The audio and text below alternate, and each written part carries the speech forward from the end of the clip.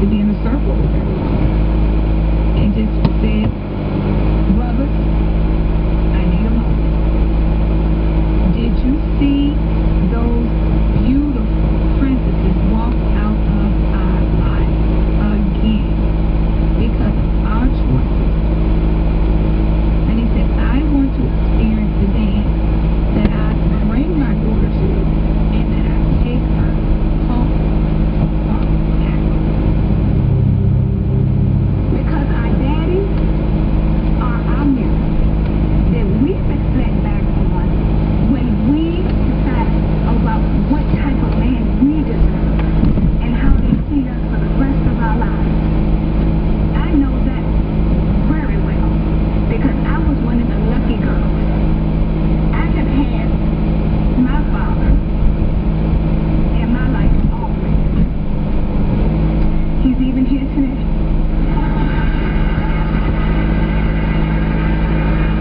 And that is why it is extremely special for me to make sure that these girls are connected to their fathers, especially those who are separated because of barbed wires and metal doors.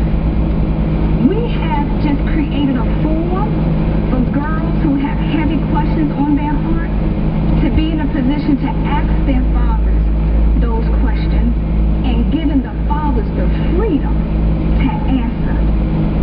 Because we know that the fathers are even leaving with this one thought: what type of woman am I preparing to put in the world? Because a father is locked in does not mean he should be locked out of his daughter's life.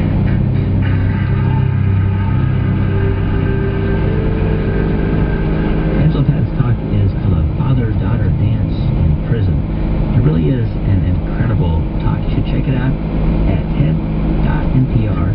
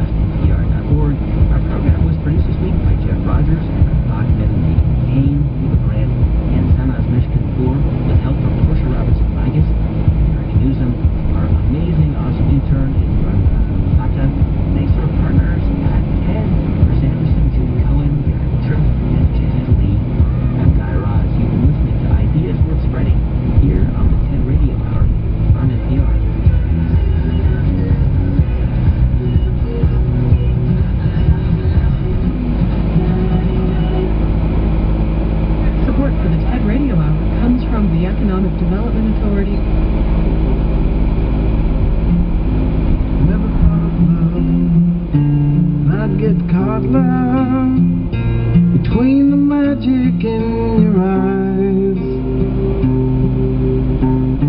your love's like wind and it's a cool.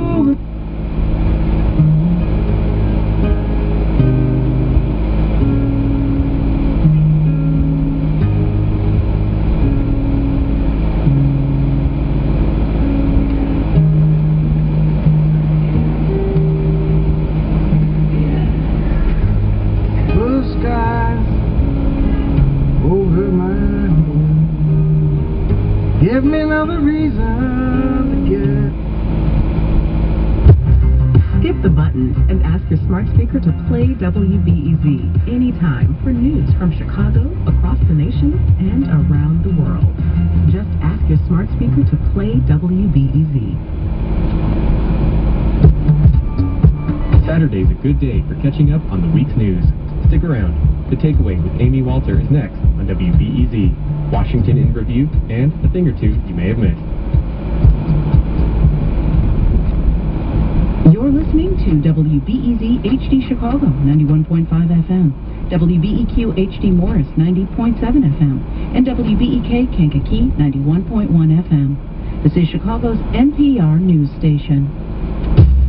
2 nights, 20 candidates, a crowded field jockeying for limited airtime. And it's personal, and I was actually it was hurtful. Everything I've done in my career, I ran because of civil rights. And there will be accountability for the officer. But you're the mayor, you should fire the chief. They will pay more in taxes, but less in health care. You think we're going to beat Donald Trump by just having all these plans? You've got another thing coming. We're broadcasting from the Aspen Ideas Festival this week, where I've got an expert panel to try to figure out what, if anything, has changed for Democrats over the course of 2 crowded nights. Plus, it's the 50th anniversary of Stonewall, and I talked to Eileen Shakin, the co-creator of the L Word. I do think that the L Word helped to move forward that conversation in the way that entertainment makes people comfortable with ideas and people and cultures that they haven't known before. It's Politics with Amy Walter on The Takeaway, right after these headlines. Briefly tomorrow, as NPR's Michael Sullivan reports from Seoul, it would be their first face-to-face encounter since February's summit broke down. After a working dinner with South Korea's President Moon Jae-in, President Trump on Sunday plans to visit the demilitarized zone between the North and South, where he could meet North Korea's leader Kim Jong-un. This morning, Osaka time, Trump tweeted his plan to visit the DMZ and asked Kim to meet him there for a handshake and a quick hello. Trump repeated the invitation at his news conference before leaving Osaka. I don't know that it will, but it could happen. I think he'd like to do it, and I wouldn't mind doing it at all. Such a meeting, however brief, might help pave the way for a third summit between the two men on denuclearizing the Korean Peninsula. Michael Sullivan, NPR News, Seoul. 9/11 first responder Luis Alvarez has died after a long battle with cancer linked to the 3 months he worked at the World Trade Center site. The retired New York City detective was 53. Alvarez testified on Capitol Hill less than 3 weeks ago, urging lawmakers to replenish the 9/11 are now shut while the fair is set to remain open through July 4th. Health officials say hand washing is the best precaution to take after contact with animals. Amy Held, NPR News. The European Union has reached a major free trade deal with the South American Economic Bloc that includes Brazil, Argentina, Paraguay, and Uruguay. It eliminates billions in customs duties. This is NPR. Italian authorities have arrested the captain of a migrant rescue ship after she docked on the island of Lampedusa without permission and rammed into a customs police motorboat that was trying to stop her. The ship was carrying about 40 African migrants rescued off the coast of Libya and had been in a standoff with police at sea for 2 weeks. A group of Americans with type 1 diabetes is in Canada this weekend to buy life-saving medications. Dan Karpinchuk reports it comes as insulin prices in the U.S. are skyrocketing. It's the second caravan in as many months. Organizer Quinn Nystrom says as many as 45 people are expected to land in Ontario this weekend from several U.S. cities. Nystrom says the crisis in the U.S. has reached epic proportions and people are dying and desperate because they can't afford insulin at home. The average price has tripled between 2002 and 2013 to about $340 a vial. That's about 10 times the cost in Canada. The reason for the lower price? Canada regulates drug prices through a review board aimed at preventing price gouging. In the U.S., the market largely determines prices. Advocates say this needs to change. For NPR News, I'm Dan Karpinchuk in Toronto. The head of Family and Child Services in Georgia says a newborn baby found wrapped up in a plastic bag in the woods early this month is smiling and thriving. Hundreds of people across the country and other parts of North America are offering to adopt her. I'm Barbara Klein, NPR News. Support for NPR comes from NPR stations.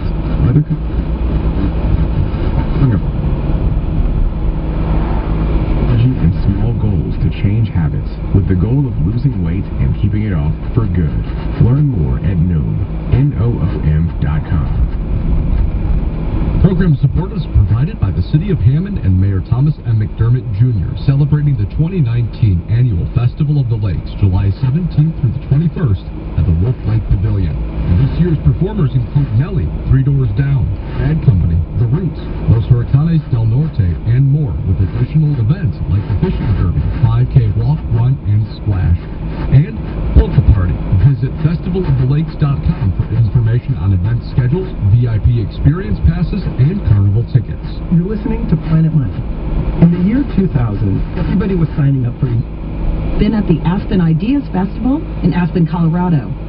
The festival is an annual gathering of some of the most high-profile thought leaders on issues ranging from geopolitics to technology to the arts and education. I like it because it gives me the opportunity to talk to these folks when they aren't rushed and stressed by their normal day-to-day lives and schedules. This year, however, the festival happened to fall on the same week as the first two Democratic debates. So much for all that respite.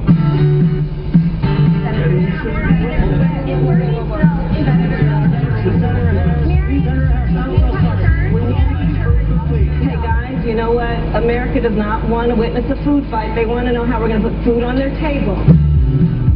So while I did get the chance for a number of one-on-one interviews, a couple of which you'll hear later in the show, I also knew that I had to cover the big political news of the week.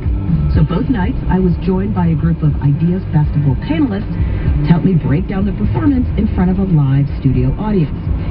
It was like watching a debate with 300 of your closest friends. Okay, we're almost ready to go. Yay! Thank you guys for coming. This is going to be a lot of fun. We are, 2 minutes to go. I want to just quickly, before this all starts, let you know who is going to be on the panel tonight. Rich Lowry, who's the editor-in-chief of National Review. Art Cullen, who is the editor-in-chief of the Storm Lake Times. Kristen Soltis Anderson, one of the founders of Echelon Insights, and Jonathan Capehart, who is an editorial writer for the Washington Post. Let's let NBC take it away. I just want to say there's 3 women up here that have fought pretty hard for a woman's right to choose. On January 20th, 2021, we'll say adios to Donald Trump. If you need a license to drive a car, you should need a license to buy and own a firearm. There are a lot of politicians who say, oh, it's just not possible, we just can't do it. What they're really telling you is they just won't fight for it.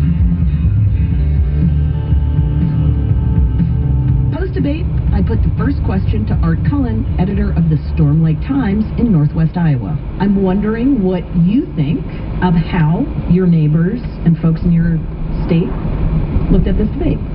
Actually, my brother John, who's the publisher of our newspaper, just texted me. And what did he say? He thought that Warren and O'Rourke did well. So everybody was laughing at O'Rourke in the audience. He was home alone watching and had a completely different impression. Yep. And both of them in early polling, Beto O'Rourke in Iowa was pretty high.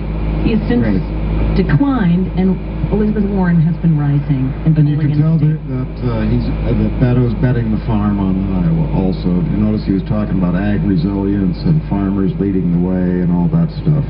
Forever. One is a conservative populist, one's a liberal populist, and Warren was speaking, again, populist language, very appealing in Iowa. She has the best ground game. And finally, Amy Klobuchar was also reeking Iowa tonight on TV with the foam and the beer routine. And, often she uses the phrase, I can see Iowa from my front porch, and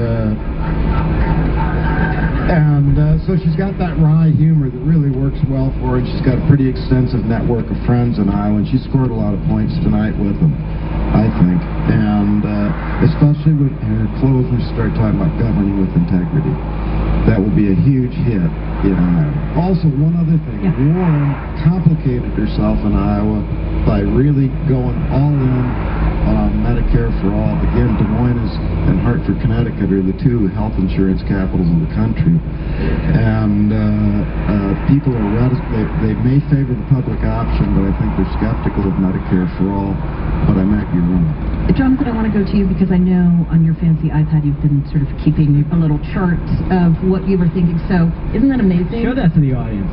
That Jonathan Capehart, everybody. Technical wizard, on-air analyst, he can do it all. Because I can't remember if I don't write it down. No, I'm with you. So who helped themselves, who hurt themselves, and who really didn't move anywhere?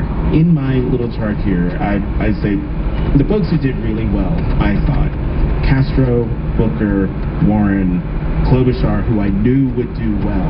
He did predict that this morning. Today, keep your eyes out on Klobes. And Bill de Blasio, who I've written a piece just degrading his candidacy.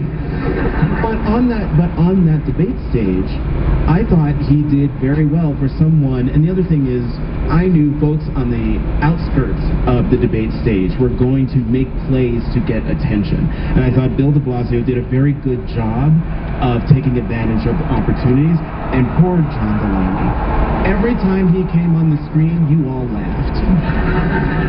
But the same thing about Beto. Embarrassing moments.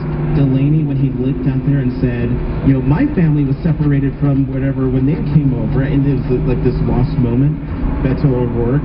Tim Ryan had many embarrassing moments. And I thought Bill de Blasio's answer, where he invoked his, he's raising a black son, and the relationship with the police, it was an important point to make, but it seemed a little gratuitous in the moment. And the last point I'll make... Especially with Cory Booker standing up there. Right. And the last thing I will say, to your point, Art, about Klobes reeking Iowa, just like speaking directly to Iowa, a friend of mine texted me and said, Booker needs to talk to white people, because every answer was in my community, black and brown communities, and which I was already thinking he's talking to South Carolina. That's all I got. Okay, those are excellent. Kristen? Yeah, I was fascinated as well that, Joe Biden is the front runner, maybe a weak front runner, but nonetheless he is ahead in the polls and not by a small margin. And that no one seemed to kind of try to take on his lane in a serious way, with maybe the exception of Delaney and Ryan, but I don't think they succeeded very much.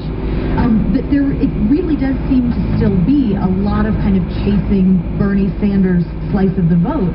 And I think it's important to remember that the Democratic primary electorate is not Twitter. It tends to be actually older, not as old as the Republican primary electorate, but I think it's a majority are over the age of 55. A significant portion of them consider themselves moderate. And so to the extent that there is a large slice of the Democratic Party that right now maybe only thinks Biden is their person, I don't think anybody on that stage tonight really made a play for that group. At that point in the night, we opened it up to our audience. Where is the electorate on the importance of climate change? I think the Democratic polling is really high. It's very high among Democrats. Beating Trump, electability, and Medicare for all, and climate change are way up there, right? Absolutely. So, as the electorate as a whole, no. But among the Democratic electorate, absolutely. It probably skews a little bit younger in terms of the priority, where they put that, which makes some sense, but it is absolutely issue 1 or 2. But also keep in mind, that's why Inslee's in the race. That's right. He is the climate change candidate, and he wouldn't do that if it weren't a high priority within the party. Yeah. Yep, right here. This might be for Rich, but I'm thinking for the Never Trump cohort, is that a significant enough group, or is that a media creation, the Joe Scarboroughs and whatnot, to actually swing this? And would anybody on the stage tonight really resonate with them in a way that they could compete? So, pure kind of Never Trump is down to like 5 people. Phil Crystal and a couple others. But the broader phenomenon, and you can speak to this better than I can, is suburbanites, especially suburban women who are naturally Republicans, have been Republicans a long time, who just cannot abide the way this guy conducts himself in the office. And they are very much up for grabs. The Democrats made inroads among them in 2018, and people say it's a cliche now, there are no swing voters. These are swing voters, and if Trump's going to win, he has to, at the end, the way he did in 2016, make the other candidate radioactive. At the same time he's radioactive, and convince them to choose him over the other radioactive candidate, which is what happened with Hillary Clinton. So he's going to rely on a very negative race and turn down the other person again, and needs to win back enough of those suburban ones. They don't identify themselves as Never Trump, but that effect is a Republican constituency that is alienated for Trump. That's going to have a big role in deciding what happens in 2020. I want to make sure we get our last questioner in the back here before we have to go. I was disappointed about the answers about assault rifle weapons, and I was wondering why they didn't take on the NRA and come up with more concrete answers to that. The fact that you have Democrats, including Democrats, one from Minnesota, one from Ohio, agreeing with much more restrictive and, in some cases, pretty dramatic restrictions on gun ownership is actually a pretty big step for a Democratic Party. Booker did make a concrete proposal, though, I thought. Basically, everyone has to register in order to be able, you need a gun register license. So he was of all of them, I felt like he had the most specific, concrete answer. I don't know. It cannot be a referendum on his deplorable behavior. It can't be a referendum on his deplorable agenda, his failure to do what he promised to do. It's got to be a choice. That's how he won the last time. That's how he plans on winning this time. With that said, there needs to be a moderate message up there. Now, the good news about this debate is it was much more moderate. There were much more moderation in opinions than there were last night. But I will tell you that just as he's hitting while he's striking while the iron is hot, right? He's saying, look here, they're for giving away free stuff, and they are for letting anyone come into this country who is going to affect your security and your stability of this country.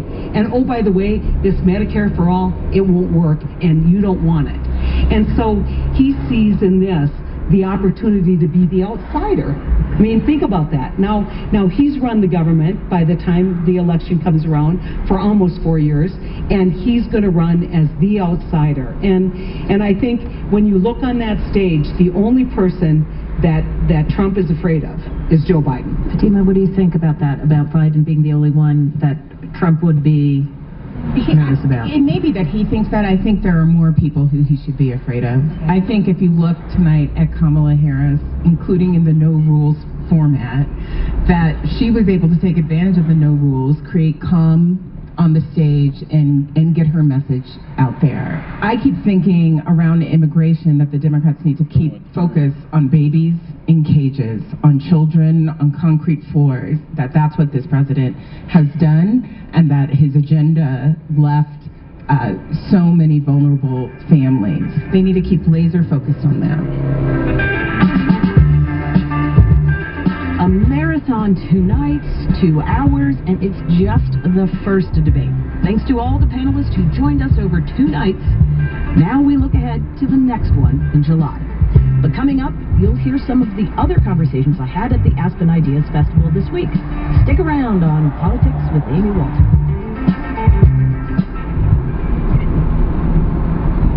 WBEZ is supported by the Art Institute, presenting Manet and Modern Beauty, an exhibition the Chicago Tribune calls groundbreaking and beautiful. Now open at the Art Institute. Programming on WBEZ is supported in part by a grant from the Illinois Arts Council, a state agency. WBEZ's fiscal year ends tomorrow, and we are still short of our membership goal. Your support today is critical to the future of independent news in Chicago. Give now at wbez.org/donate. News alerts are fine, but understanding beats just knowing any day. Listen for the latest local, national, and international news from NPR and WBEZ every day on 91.5 WBEZ. Hi everyone, it's Politics with Amy Walter from The Takeaway, and we're back with more. At the debates this week, candidates honed in on a familiar refrain, that for many people, the American dream is no longer within reach. How come for the last 45 years wages have been stagnant for the middle class? For all the American citizens out there who feel you're falling behind, who feel the American dream's not working for you. But are we really on the same page about what that means? It's not so much that the American dream, defined as earning more than your parents did, is out of reach. That's Dr. Raj Chetty, a professor of economics at Harvard University. He told me that only about 50% of people born in the 1980s are likely to experience this definition of the American dream. It's a big decrease from the 1940s or 50s, where most people could expect to do better than their parents. But Dr. Chetty isn't buying this idea that our economy is inherently more challenging today than it was back then. The American economy is growing at just a slightly slower rate now than it was in the 50s and 60s. So what that means is that's still growing a lot. America is still a rapidly growing economy, yet still only 50% of us are doing better than our parents did. How does that happen? Most of the growth is going to people, very small fraction of people in the very top 1% or top 0.1% of the income distribution. You can debate how you should define the American dream, but clearly if this was a reasonable definition in the past, it's still one that we can aspire to today. And this is the other issue that's fascinating. Your work is also looking at the distribution of where people live. Yeah, so a striking pattern in the data is you can have a city like Charlotte, which has had some of the highest rates of job and wage growth in the past 20 years. Yet for the kids who are growing up in Charlotte, their prospects don't look very good. In fact, they have the lowest rates of upward mobility of any place in the U.S. Just because you have a lot of jobs in a given place doesn't necessarily mean that the people in that place are going to acquire the skills needed to get those jobs starting very early in childhood. It doesn't follow automatically. We need to be deliberate about building that skill base in our communities. And what are some of the ways in which those communities can build up? First of all, I would say there's no one single answer. The things that are affecting some communities might be different from the things that are affecting other communities. So in one place, could be that the schools are not providing adequate support for children, that you need to recruit stronger teachers, retain talent in the school system. Other places it could be about segregation, a lack of social connectedness. What I found fascinating in your research is that when you move from one of these areas where you could see stagnation to one of growth, the younger you are when you move matters. Yeah, that's exactly right. I think of it as sort of like a dosage effect. The more you get of a place that's high mobility, the better you do. It's not just about what's going on at the end of high school or job readiness. Apparently it's something that's happening starting pretty much at birth that's different across these communities, which makes you think about early childhood programs, preschool. I think actually one of the keys that we don't spend that much time talking about in the policy circles is connections and exposure. Who are your mentors? Who do you know who's become a scientist or a journalist or started an important business, and whose shoes do you see yourself in? It also suggests that government programs like housing projects are probably the worst in terms of increasing outcomes for low-income folks or people who are in poverty. Should we just get rid of public housing? It's a complex issue. So we spend about $45 billion a year in the U.S. on affordable housing. We spend quite a bit of money on affordable housing. Unfortunately, it's not designed in a way that's effective in tackling the intergenerational persistence of poverty and may, in fact, exacerbate it. The most striking example being building large public housing projects that concentrate poverty and kind of prevent people from accessing opportunity. So the way I think about it is affordable housing itself is a very important goal. We need to provide housing for citizens in its own right. That's something we should be thinking about. But thinking about it as a ladder to opportunity and figuring out ways we change our program so that we give developers maybe a bigger credit to build affordable housing in high opportunity places. So we're working against segregation, building fewer public housing projects and deconcentrating poverty. That's the direction I think we should be going in. We'll take a quick break and we'll be right back with more from Raj Chetty.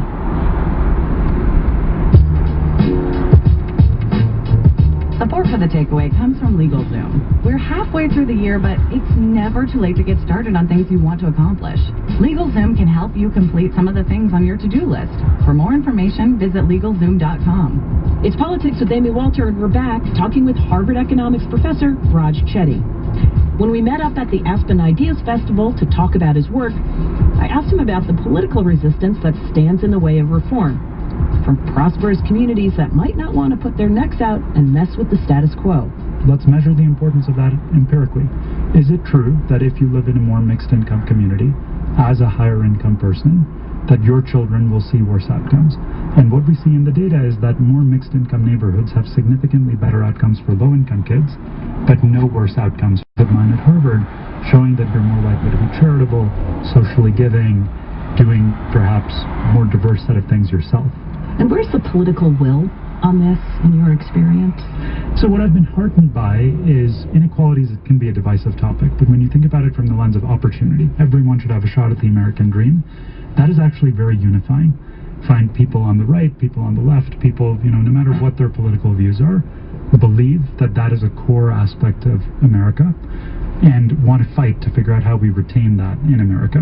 And so if that's support for policies that reduce segregation, policies that improve schools, You have to finance those policies in some way, so you tax very successful businesses or high-income families. I think framed from that perspective, that we're not taxing you simply because we think inequality is bad, but because there's a purpose here to support opportunity, I think there can be political will for and that there's a benefit to you personally to have less inequality. Absolutely, because I think we all benefit when we live in a society that has more opportunity. Just if you think about it even in crude terms of dollars, if we have fewer people getting incarcerated, fewer people who are, dependent on the government for benefits because they aren't able to get a good job, indirectly everybody else is going to benefit from that, even just in a dollars and cents perspective, independent of we want to live in a society that's just and where everyone's making progress. And yet, even when we try to take the politics out of inequality, some of your research noted that the real disparities between white and black men, whose opportunities looked very different and their outcomes looked very different by the time they were in their mid-30s. Race continues to be a dividing factor. There's no way around that, and I think figuring out how you help African Americans, and in particular black men, where we see much lower rates of upward mobility and much higher rates of downward mobility, which is, I think, the most disturbing part of this. So it's kind of like being on a treadmill for African American men across generations. You climb up, and then there's still these structural forces that are pushing you back down. Now, interestingly, if you look at black versus white women, you don't see such a stark difference in rates of mobility.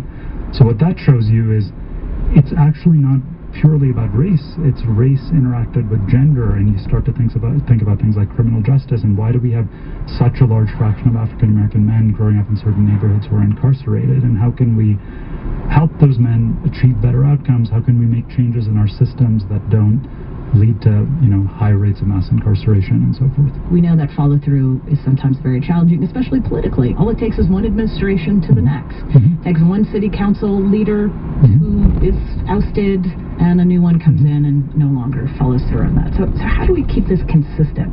So I think the answer is, first of all, everyone needs to follow through. It's not just about federal policymakers. It's not even just about local policymakers.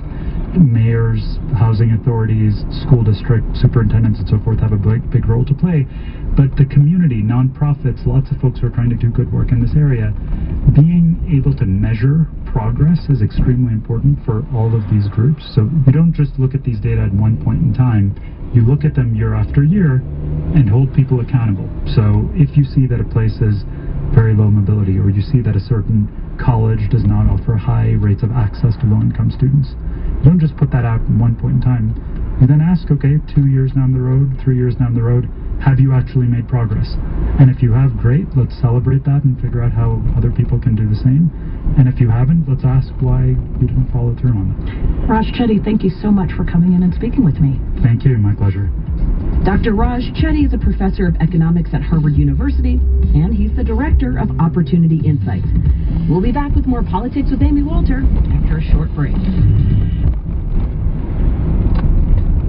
WBEZ's nonprofit Spotlight is supported by Chicago Shakespeare Theater.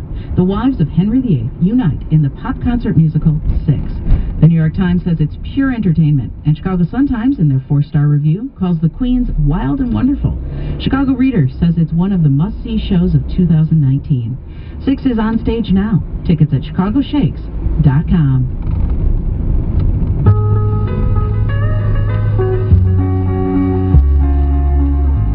Is The Takeaway with Amy Walter from WNYC and PRI Public Radio International in collaboration with WGBH Radio in Boston.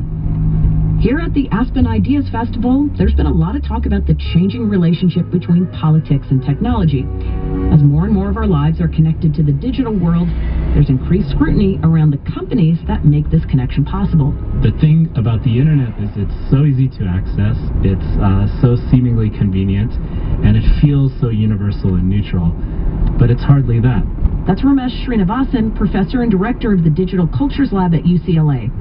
And like a lot of experts who've been critical of big tech, he's concerned that the millions of internet users around the world are in danger of being manipulated by seemingly benign platforms.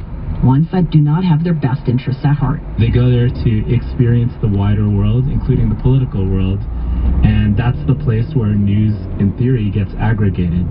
The issue, though, is there's something in the middle, right? There's a little ghost or a little gremlin in between the news producers like yourself, right, and all of us as users and voters and citizens. And what that is that lies in the middle are choices that the technology itself makes computationally, rather than an editor or a journalist like yourselves.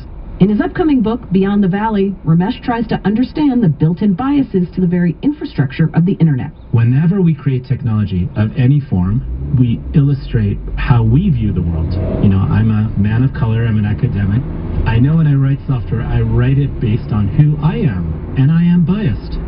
That doesn't mean I'm sociopathic, but it does mean that I order the world based on how I know the world. Increasingly, the technologies we connect to are AI technologies, meaning that they are so-called intelligent technologies that make decisions for us, right?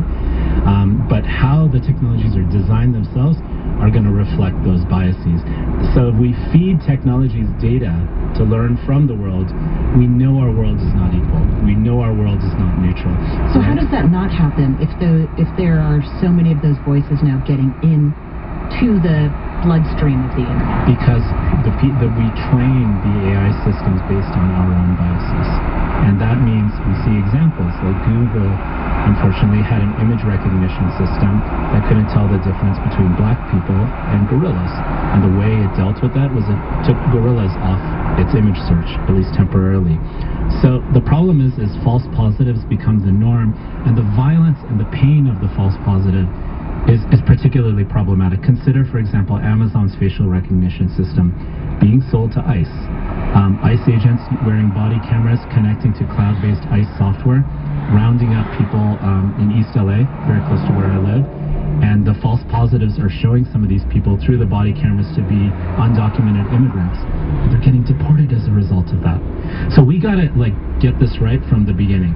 Well, does that mean we have to teach AI to unlearn bad stuff?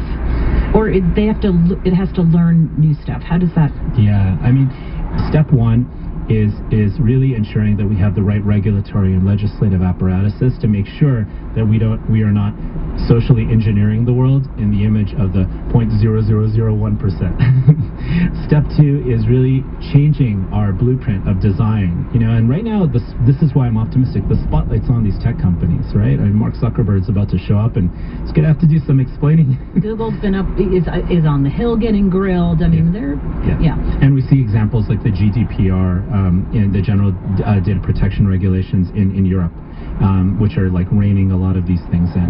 So there's a lot of opportunities. What I think has to happen is we need a totally different design process. We need greater transparency and accountability. People need to know when they're interacting with data systems.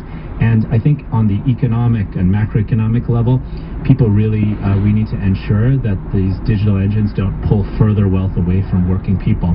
I also want to look at, let's say we come back 2 years from now. Will Facebook, Google, Amazon, etc. have been regulated? Or will it be one of those things where kind of regulation or oversight that other big industries, can? I think it's an all hands on deck. If we can't get regulation and maybe even breaking up, if that's what really people want to push for, then we can get other sorts of things. And some of the things we could get is data privacy laws. We can get data disclosure laws. We can get even ideas on paying people for their data. There's a lot of different kinds of alternatives outside of the mere regulatory side of things, because I do agree with what you might be implying in this question, which is it's not clear. We saw that when Mark Zuckerberg was, answering the questions to the senators. I think Orrin Hatch asked Mark Zuckerberg, what's your business model if your services are free? And to that, Mark Zuckerberg responded, sir, we sell ads. That's okay, though. I do see these things shifting. I don't think it's as simple as simply saying break up big tech. I know that's Senator Warren's current policy proposal. I think that's the start of what we might want to do. But I don't think it's simply about classic monopolistic activity. What we're talking about here is potential behavioral modification, and we're actually talking about the engines that could actually create greater and greater inequality and really threaten democracy. And I do want to make this point. We see a number of populist candidates who are able to message in ways that work really well with the divide and conquer nature of algorithmic systems, who are now coming to power, not just around fake news and misinformation, but around using inflammatory content. Jair Bolsonaro in Brazil, we saw examples of this. Rodrigo Duterte in the Philippines. In Myanmar, we saw some really horrible stuff happen with the Rohingya and the Myanmar government. Similar issues happening in other parts of the world as well. So it's just important right now to realize that people cannot simply turn to these platforms thinking that they're the same as public journalism. They're not. But at the same time, pressure has to be put on those tech platforms to be socially and politically responsible, and that's my goal. Ramesh Srinivasan, thank you so much for coming in and talking to me. I really appreciate your work. Thank you for having me. Ramesh Srinivasan is a professor and director of the Digital Cultures Lab at UCLA, and he's the author of the upcoming book, Beyond the Valley, How Innovators Around the World Are Overcoming Inequality and Creating the Technologies of Tomorrow.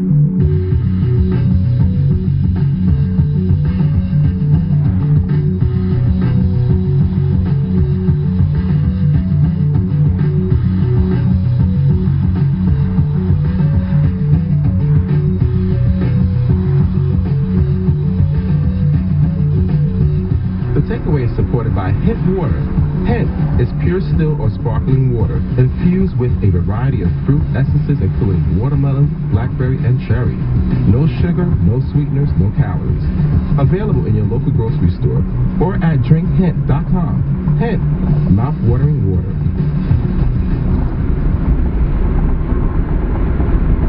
WBEZ is supported by Dark Matter Coffee, an importer and roaster of direct-sourced coffees, offering a variety of signature blends, experimental fermentations, and barrel-aged selections at darkmattercoffee.com. Dark Matter Coffee. Get freshly roasted. Listeners aren't the only ones who can support WBEZ. Organizations and businesses like Takeda Pharmaceuticals, Notre Dame's Mendoza College of Business, and Poetry Foundation use underwriting to reach our informed audience. WBEZ.org/sponsor. Hey there, this is Stephen Dubner from Freakonomics Radio. We'll be teaming up with WBEZ for a podcast passport event right here in Chicago on Thursday, September 26th at the Harris Theater. At Freakonomics Radio Live, you never know what you might learn from our guests. The more easily discussed people say they are, the more likely they are to be conservative.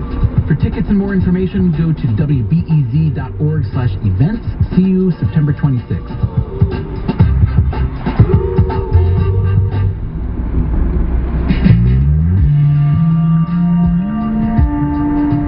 Welcome back. It's Politics with Amy Walter from The Takeaway. This week we're marking 50 years since the Stonewall Uprising in New York City sparked the modern movement for LGBTQ civil rights. There's been a lot of change and progress through the course of the last 50 years. You can hear the cheer in the crowd, a very dramatic moment here, a 5-4 decision. This is a total victory for the advocates of same-sex marriage. We are not a nation that says, don't ask, don't tell. We are a nation that says, out of many, we are one. Of course, not every advancement comes without repercussions, and not every moment has been a happy one. 21-year-old Matthew Shepard was found beaten and unconscious last week near the University of Wyoming. Please be advised, the United States government will not accept or allow transgender people from serving in any capacity in the U.S. military. In my life, though, the major moments in the LGBTQ movement are experienced within and through the lens of politics, even the cultural ones. The Young One, a series about a group of lesbians living in Los Angeles. It premiered on January 18th, 2004. So, it's January. It's an even-numbered year in a presidential election cycle. That means I, of course, was in New Hampshire. And I have this really vivid memory of sitting in my hotel room in Manchester on a Saturday night before the Democratic primary, watching a preview of that program. And the reason I remember it is because I remember thinking how radical it was to be so proudly and openly showcasing the everyday lives of lesbians. It was especially radical coming at a time when the Democratic candidates who were running for president were tiptoeing awkwardly around the question of gay marriage. So Around that time, I was on CBS's Face the Nation, where I interviewed Senator John Kerry, who would go on to win his party's nomination. His home state of Massachusetts was on the forefront of marriage equality, and I asked him about that, noting that by the time the convention was held that summer in Boston, his home state may be giving marriage licenses to gay couples. Kerry's answer, well, it was this. I've said very clearly I personally do not support gay marriage. I support rights. He then went on to say he supported things like visitation rights for gay couples in hospitals. 15 years later, a lot has changed. Now there are at least 10 openly LGBTQ people serving in Congress. 2 states have openly LGBTQ governors, Oregon and Colorado. A gay man is running for president of the United States. And guess what? The L word is coming back. I sat down with Eileen Shaken, the co-creator and executive producer of the L Word, to talk about the show's impact. I hate being grandiose about this. I don't think the L Word on its own changed any opinions and perceptions, but I think that the L Word was part of a cultural change, and I do think that the L Word helped to move forward that conversation in the way that entertainment does, in the way that television makes people comfortable with ideas and people and cultures that they haven't known before. So, I mean, I've heard a lot, and it's certainly been really gratifying, about how the L Word helped a lot of people to come out, to talk about their lives, to talk about their concerns with family and with friends. And I think that in that sense, the L Word played a role in the change that you're referring to. Was that your intent as you were launching this in 2004, or were you pleasantly surprised at what came from the conversations and the dialogues around the show?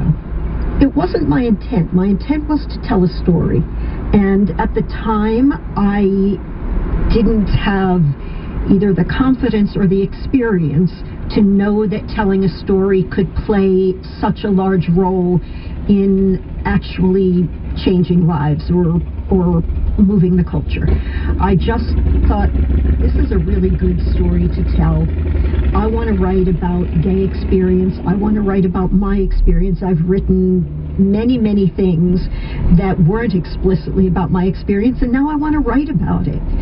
And that's all I set out to do. It became apparent pretty quickly once the show debuted that it was going to play a role that extended beyond just entertaining. Are you planning to address this moment that we're in right now in that way? Well, firstly, let me say that, and I think you know this, I'm not actually writing or running this new version. Correct. Thank you. I just don't want to take credit for things that I'm not doing. But I'm, I have a great deal to say and a lot of interaction with the young woman that we chose to take on that role. And I know that she's planning to address all of that. Point of our show as well, that we're now at the 50th anniversary of Stonewall, and what that milestone means for you. Well, it means so much for all of us as a community. What it means for me, I mean, in terms of, the timing of my life, it slightly preceded my gay identity, gay awareness. I wasn't, around in New York at the time that it was happening, but I've been aware since I was much younger of the importance of Stonewall. It's become much more a cultural, not just a gay cultural, but a national cultural touchstone. We look at it as the uprising that marked the beginning of our movement, and the importance of it to me is that we've got so many battles yet to fight, and we've gained a lot of ground even since the L Word went off the air, but we also are, as you suggested earlier, at a real tipping point where we're still under attack and fighting for our rights and fighting for equality on so many fronts. So are you optimistic at this time? Like, what's your glass half full, half empty gauge telling you? Yes, ultimately I'm optimistic. I think that it's inevitable, and I think that our humanity will prevail, but it's been pretty discouraging. Some of the things that we thought that we had already put behind us are clearly not behind us. And we're going to have to fight those fights again, and we'll just keep fighting those fights until they're won. Is there something in particular you think that is a fight that you thought was over that is now back? Under this administration, we're seeing our rights chipped away at, and it's the panoply of progressive issues, but certainly trans rights, military service, those issues have actually been kind of hammered back in explicit ways, and we can feel it coming at us in other ways. That's always the question, too, is it feels like we're at this moment right now where, or let's just say, post-L-word, it felt like there was a trajectory that had been pretty steep, you know, going from we're not going to talk about gay marriage to everybody thinks it's okay. And now we've passed the point of no return on acceptance of gay marriages, of gay families. Do you think that we have passed the point of no return on there, at least in terms of just opinion? No. Okay. No, we haven't passed the point of no return, and I think that as we're learning, rights that we've won can be taken away, and there are those that would like to take them away, and I don't think that we should be complacent about that. Eileen Shankin, this was great to talk with you. Thank you so much for joining me. Great to talk to you as well. That's all for us today. Thanks to the Aspen Ideas Festival for hosting us all this week and for helping us out in the studio. Remember, you can always find us on Facebook. Leave us a comment there. Also, if you missed anything or want to listen back again, check out our podcast on iTunes, Pocket Cast, Spotify, or anywhere you get your podcasts. And leave us a rating while you're there. And of course, you can call us anytime at 877-8-MY-TAKE or send us a tweet. I'm at Amy E. Walter, and the show is At The Takeaway. Thanks so much for listening. This is Politics with Amy Walter on The Takeaway.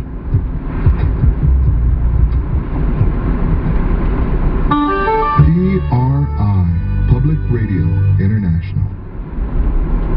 WBEZ is supported by Hamilton, the Exhibition, a journey through the founding of America.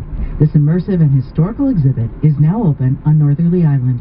Tickets at hamiltonexhibition.com. WBEZ is supported by Lollapalooza, returning to Grant Park August 1st through the 4th. 4 days, 8 stages, and over 170 performances.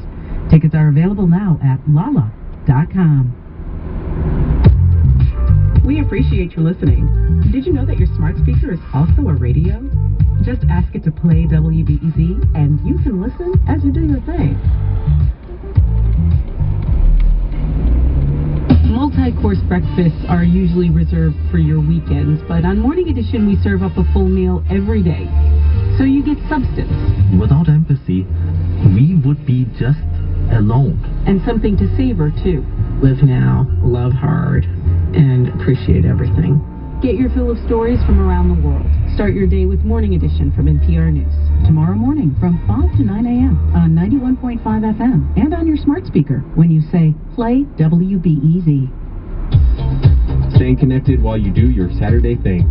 Radio's handy that way. Stay close. All Things Considered from NPR is just on the other side of headlines, here on WBEZ.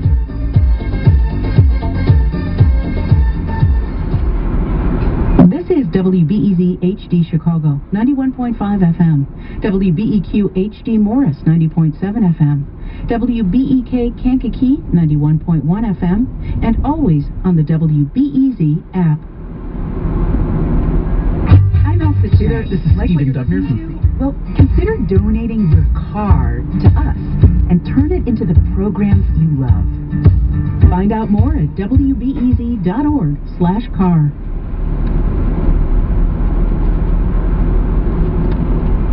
The Conservative. For tickets and more information, go to wbez.org/events. See you September 26th.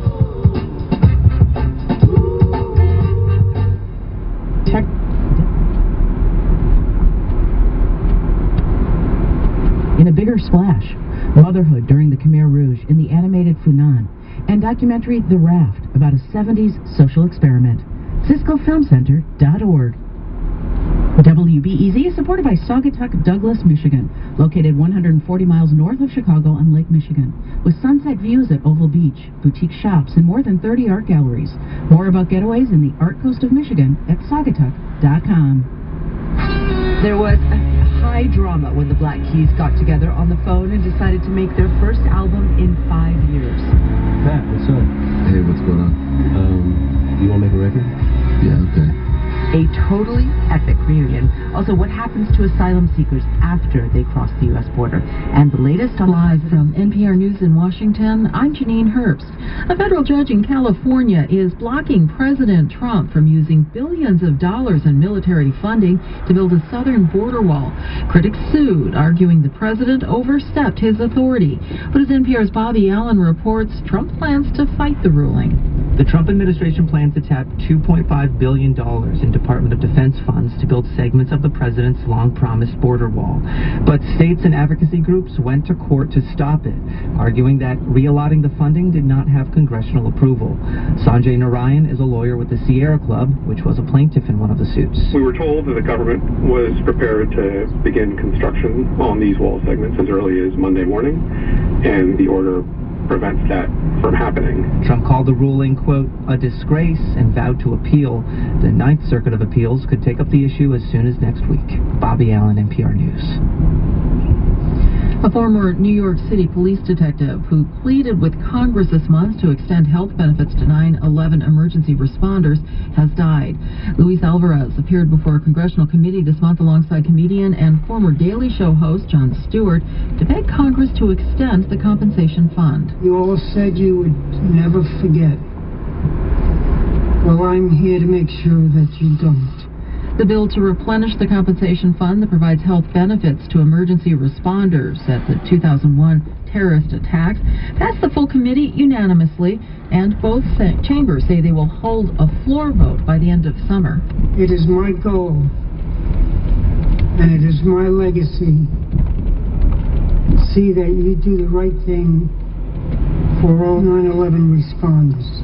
Alvarez underwent 69 rounds of chemotherapy.